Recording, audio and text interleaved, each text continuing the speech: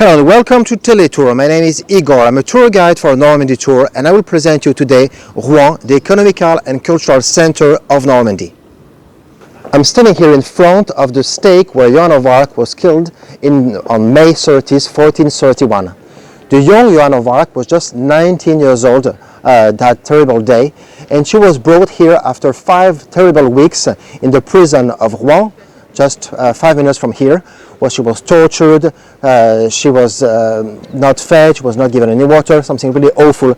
And finally on the stake, as flames were going on, she finally acknowledged, yes, I'm a witch, because she just wanted to leave. She was just 19 years old, imagine. She started fighting for France, she met the King of France, she was just 17, and for 2 years she played a crucial role for France.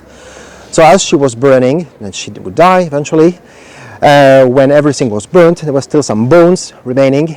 The person in charge of the fire would add more wood because the crowd around it was from the market. We are standing in front of the marketplace of Rouen. So the crowd was yelling, more fire, more fire. So he would add more fire to burn all the bones, and then carefully all the ashes of Joan of Arc were collected and dropped in the Seine River by today the Matilda Bridge.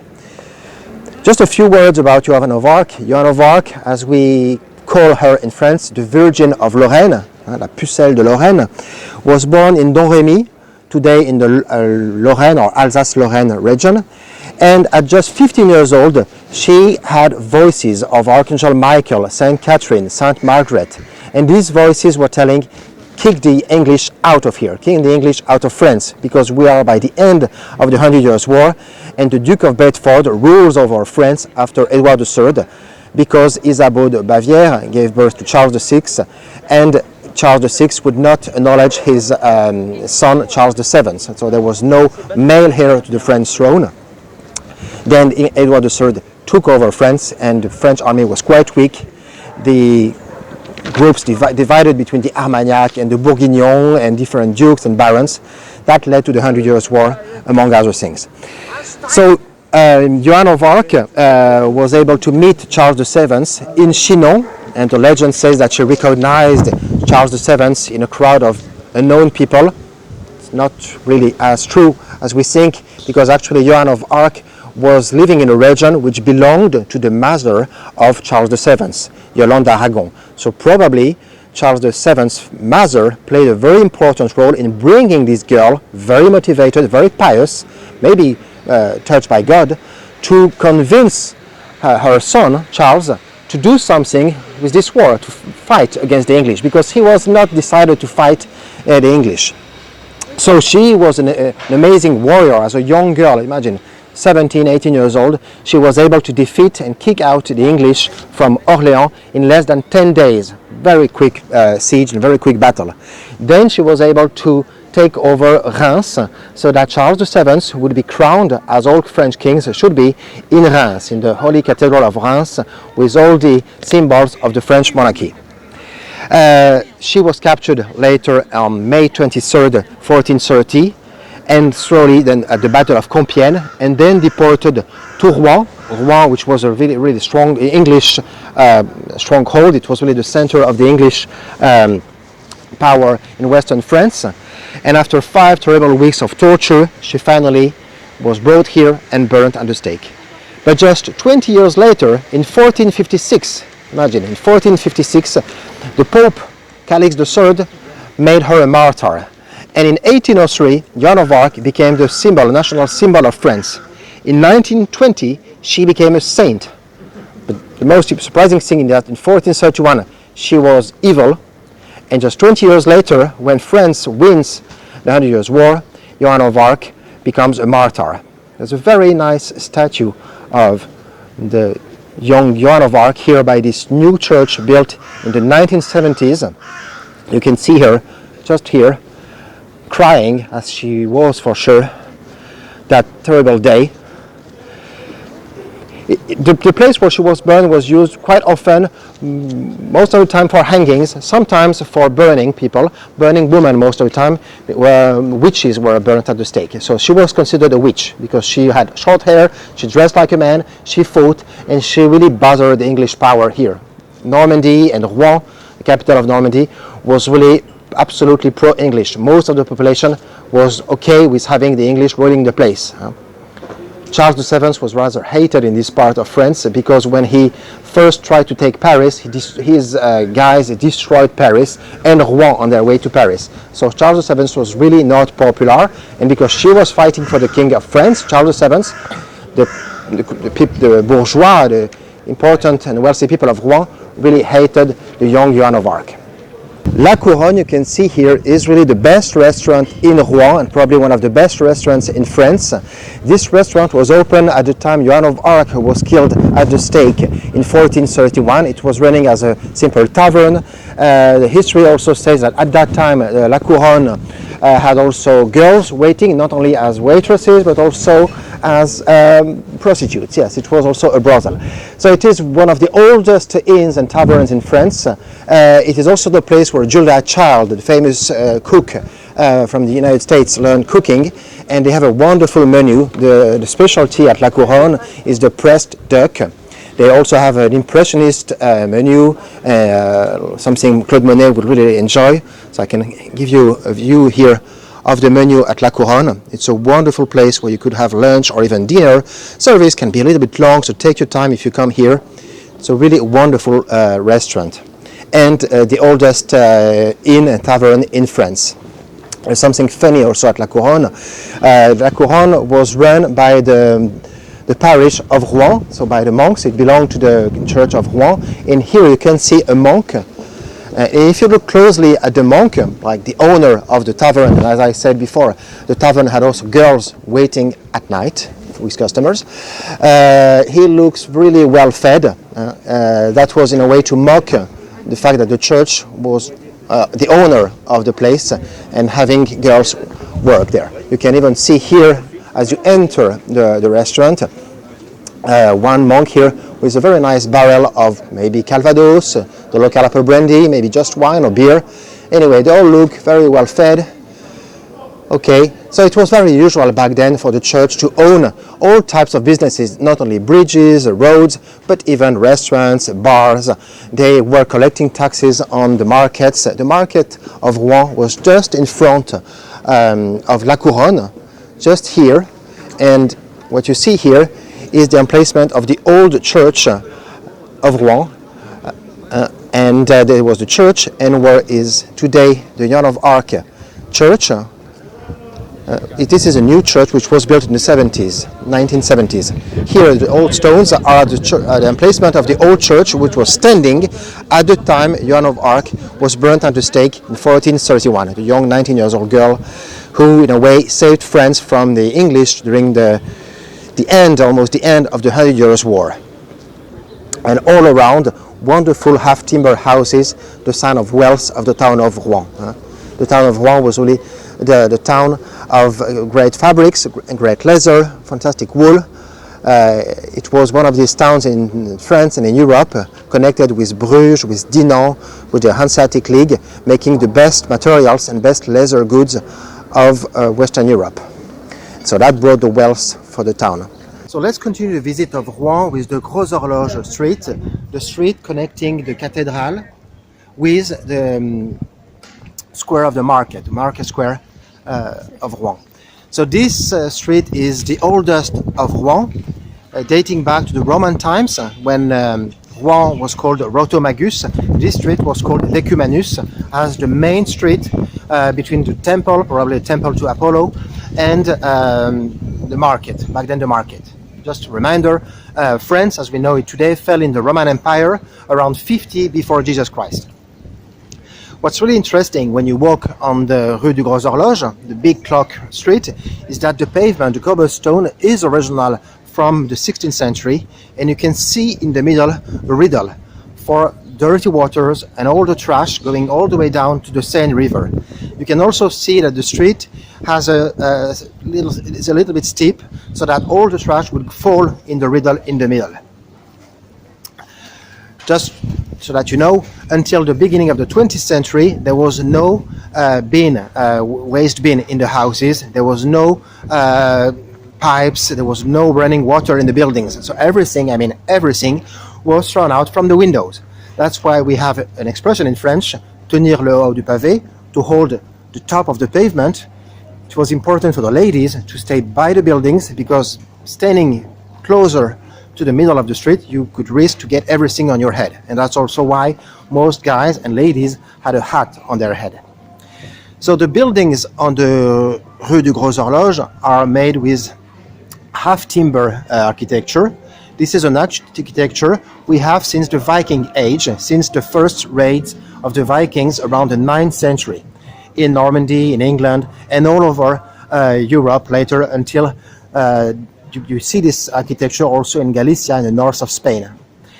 So it's a technique developed in Scandinavia and improved over the centuries where the Vikings would establish and become locals then. This building here, probably one of the oldest of the street, is from 1630. You see, I don't lie, it's written here. You should know that these buildings, though very nice to see, are not very comfortable to live in. It can be very narrow, very small inside. Insulation is really poor, so it's not great to live in. But this one is really amazing because it was built over the centuries, so probably started around 1630 and finished way after. It's like a middle-aged skyscraper. You can see the top, very different. The buildings in Rouen were made very narrow and next to each other, but very high also. The reason for that is that the tax was collected depending on the width of the building and depending also on the number of windows the owner would have. So the owners would try to reduce the windows to the minimum and they would try to reach the sky to make the buildings as high as possible, but also quite narrow. Well, standing here in front of Ozu, a wonderful chocolate shop in Rouen. I'll get you inside in just a minute. You can see also that in the buildings of Rouen, the top of the building is usually inclined to the middle of the street. The reason for that is that to carry any big piece of furniture, anything large in the house, they would use a pulley on top of the building. You can see it over there, to lift the goods, because the staircase inside the buildings were usually very small and not large enough to carry any bed, any bags of cereals or anything like that. So this is what you can see also in Amsterdam, Rotterdam, Bruges, Lübeck, Brussels and Rouen. These towns were all connected. They were part of a big trade network, a very prosperous, very good trade network with the Burgundy of the time. The Burgundy of the time was also towns on the Northern Sea, like Gand. Gand was a very important town for what was called the Burgundy, a very important network of trade. The Rue du Gros Horloge leads to the cathedral. You can see the steeple of the cathedral in front of me, the copper steeple of the cathedral. The original one was made in wood, and the last lightning struck it in the 19th century, and it was then replaced with copper. So in its half, the Rue du Gros Horloge has the Gros Horloge, the big clock, which was built exactly in 1389. It is the oldest standing clock in Europe and then in the world. The mechanism, though, does not work now, but it could work if used. They stopped having the old mechanism run in 1920 because the people running the mechanism had to live in the building, and it was really cold in the winter to stay there. And here I'm standing in front of Ozu, the best chocolate shop for sure in Rouen, one of the best chocolate places of Normandy. Ozu makes chocolate in its own factory in Normandy, sourcing the best beans from all over the world. And they have wonderful, really wonderful cakes and macaron. You should really come and try some of these cakes when you come visit for real Rouen. And now I'm inside Ozu, the best chocolate shop in Rouen, and for sure the best chocolate shop of Normandy, maybe one of the best in France. World famous for its macaron. You can see here all types of macaron, lemon, pistachio, chocolate, coffee. Wonderful cakes you should try if you come to Rouen. It's really, this is something a video cannot give you, the smell I have here. It's absolutely wonderful. A lot of delicious chocolates.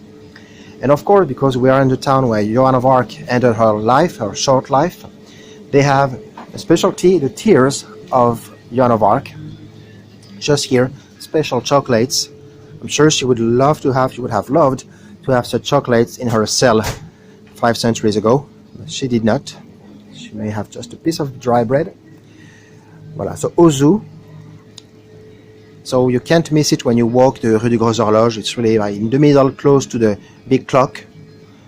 You should stop here for a cake, chocolate to take away and enjoy later on. So as I told you before, the buildings in Rouen, the half timber buildings, have wonderful colors. You can see a combination of green, pink, orange, red. That was really to reaffirm the wealth of the owners of the buildings and also then the wealth of Rouen. Here you have a kind of large building with massive stone pillars, and next to it a very tall and narrow building, really which would fit perfectly in a medieval movie. And all of these buildings leading slowly to the Cathédrale Notre-Dame here in front of you. And all of these buildings lead you to the Cathédrale Notre-Dame of Rouen, which was started to be built by the 12th century and finished around the 18th century. I'm standing now just in front of the Cathédrale Notre-Dame of Rouen, and I will explain you everything about the Cathédrale Notre-Dame of Rouen. Cathédrale Notre-Dame of Rouen is really the perfect symbol of Gothic style, of Florentine Gothic. The spire is even neo-Gothic, added in the 19th century. And it is the tallest church in France. The Dukes of Normandy were traditionally crowned here, and several of them are buried inside the cathedral, including the heart of Richard Lionheart and also Rollo, the first Duke of Normandy. Joan of Arc was put on trial on the Bishop's Palace.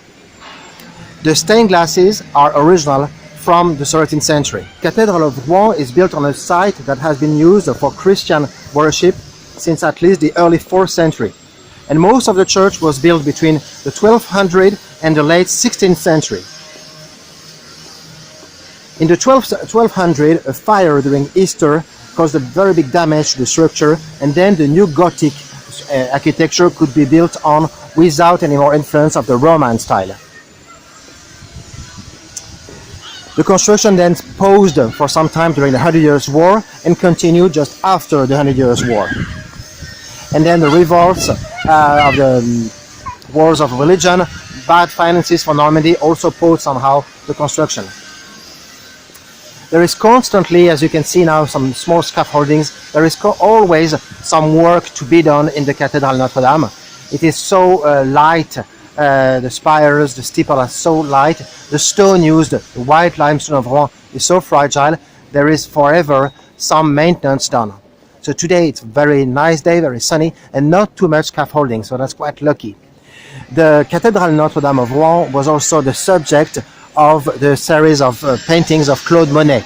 Claude Monet, the founder of the Impressionist movement, was standing actually just in front of the cathedral, exactly just here by this window. The history says that at that time, what is today the tourist office was a shop, a general garment and clothes outfit shop, but this part of the building was used for women underwear. And the very dandy and handsome Claude Monet was there very often painting the cathedral, the series of 28 cathedral of Notre Dame. His wife Alice was quite upset that he was there, standing there in this place, sometimes looking at the girls, probably. Anyway, he had almost this view, so you can see that if you get one of the Notre Dame by Claude Monet, he had this view on the Cathédrale Notre Dame. This tower here in front of me is called the Tour du Beurre, Butter Tower. It was built in the 16th century from 1507 with a tax collected on the wealthy people of Rouen. They would pay for them allowing them to eat dairy products during Lent, before Easter. Before Easter, people are supposed to fast, to eat very simple meals. But because Rouen was a prosperous town, these wealthy people, to have the right to eat cheese, butter and cream, had to pay a tax. And with this money, this tower, the Tour du Beurre, was built. This one dates from the 1507 until 1575. So as it should be for any important cathedral in France, there are three main doors, and on the central door you have an allegory of the tree of Jesse. So the tree of Jesse is a depiction of in art of the ancestors of Jesus Christ in the Gospel of Matthew and in the Gospel of Luke. You can see here that actually Jesse is the ancestor of King David, and in the Bible also the ancestor of Jesus Christ. Now on the left side you can see another depiction, very important one in the Bible. It is the beheading of Saint John the Baptist. You can see here Salome, there's a girl dancing on her hands with her legs up. She's in a way carries something on her knees. She was dancing to the Roman Emperor Herod, the Roman consul in Israel, and she was dancing so well that Herod told Salome, keep dancing, I will give you anything you want. She said, yeah, okay, so give me the head of Saint John the Baptist. And you can see on the right side Roman soldier beheading Saint John and then bringing the head to Herod. Voilà. In a way to show that back in the Bible, very often evil was brought from women. In the old days, that's what people thought. And around the main gate, you can see important saints or very important apostles of Jesus, some of them missing because they were taken during the French Revolution. So some of them are missing, but they are inside the nave now, protected inside the nave. So the area around the cathedral is really, in a way, better than in Paris and in Notre Dame of Paris because it's much less crowded. You can walk. It's a big pedestrian zone. The Rue du Gros Horloge, by the way, is the first pedestrian street of France. It is pedestrian since 1972. So it's very nice, convenient to access Notre Dame. So I'm standing now inside the Cathedral Notre Dame of Rouen, which is really the best example of Gothic and even Neo-Gothic style, built from the 12th century to the 17th century. The idea of this Gothic cathedral is to have like a forest of stones in honor of God. God made for us nature and all the trees, all the woods around us, so a forest of stone. The Cathedral Notre Dame of Rouen is 157 meters high and 64 meters long, so it is even longer than Notre Dame of Paris. It is the third longest cathedral in France after Reims and Amiens. It is also the burial place of many of the Dukes of Normandy, including Rollo, the first Duke of Normandy, who became Duke in 911, and of course Richard Lionheart. We have here the heart of Richard Lionheart in the cathedral. The stained glasses, the one you can see in front, are original. About 75% of stained glasses standing here are original. When you don't see any colors, it's just because they were destroyed during the bombings in June, July 44 and never replaced, like up there. But everywhere else, as much as possible, they were original stained glasses. So I'll show you the graves of some of the Dukes of Normandy. Just in front of you on the right side, you can see statues which were back then originally outside the cathedral and now inside, so that they are protected, preserved from pollution, from any damage.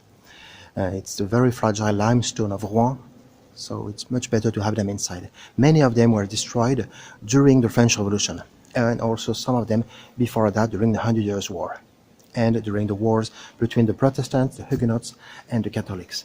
So just here is the tomb of Rollo, the very first Duke of Normandy, who died in Rouen in 947. Rollo was also called Gongorolf or Rolf the Walker because he was like a giant. He was something like 2 meters, really big, like a big basketball player. He would use the lion as his symbol, a symbol of power, eternity. And he was called Gongorolf, or the Walker, because he was so big no horse could carry him. Voilà.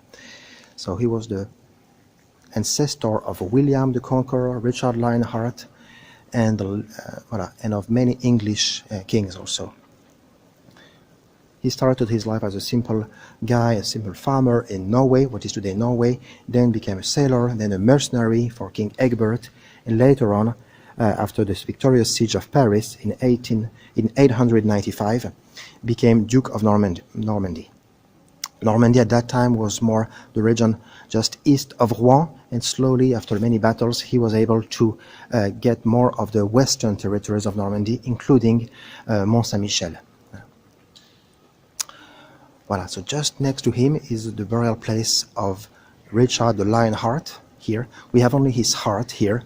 His body is in Fontevraud with his mother, with Aliénor of Aquitaine. Richard Lionheart here, buried here. Richard Lionheart died in 1199 in the Burgundy region, what is today Burgundy, killed by arrows from a crossbow. For sure, that was decided by the King of France, Philip the Great. Philip the Great had fought before the Crusade, the Second Crusade with him, went back from Crusade earlier, left Richard there. Richard, on his way back to Normandy, trying to save Normandy, was captured in Cyprus and then deported to Austria, where he would stay 4 years. After that, was able to get back to France, was trying to save his kingdom. On his way from the south of France, he was then killed.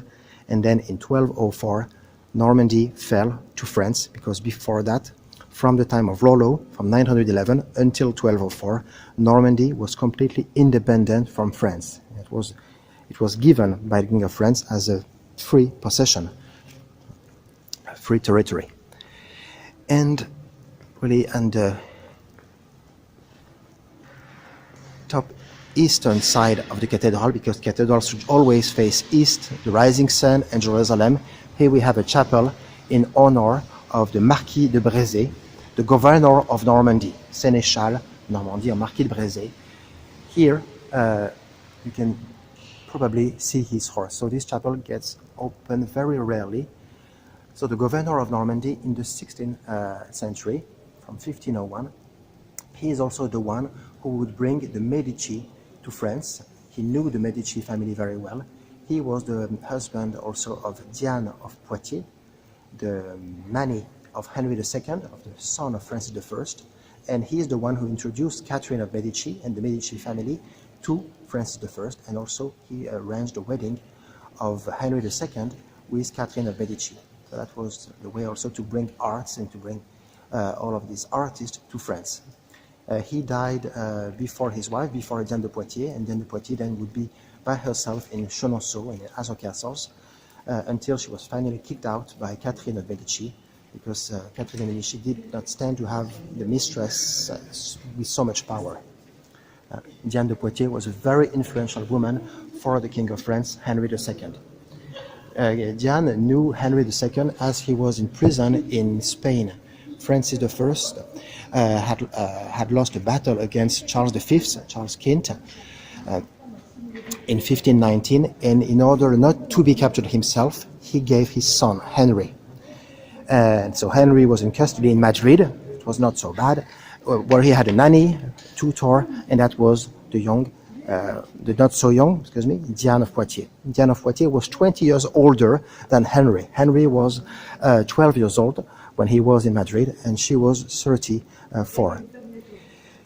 Here we have another Duke of Normandy, the great-grandson of Rollo, but here an important one, William Longsword. William Longsword is the one who would bring the Benedictines to the Mont-Saint-Michel, and who would really give a lot of power to the Church of Normandy, the Benedictine Church of Normandy. He understood the importance of good relations with the Benedictines, and he would fund many of the actual standing abbeys of Normandy, like the Bec-et-Loin or the Mont-Saint-Michel, the Abbey of the Mont-Saint-Michel. Well, I hope you had a good tour with me, with Teletour, and I hope to see you very soon for another tour with Teletour. See you very soon. Bye-bye.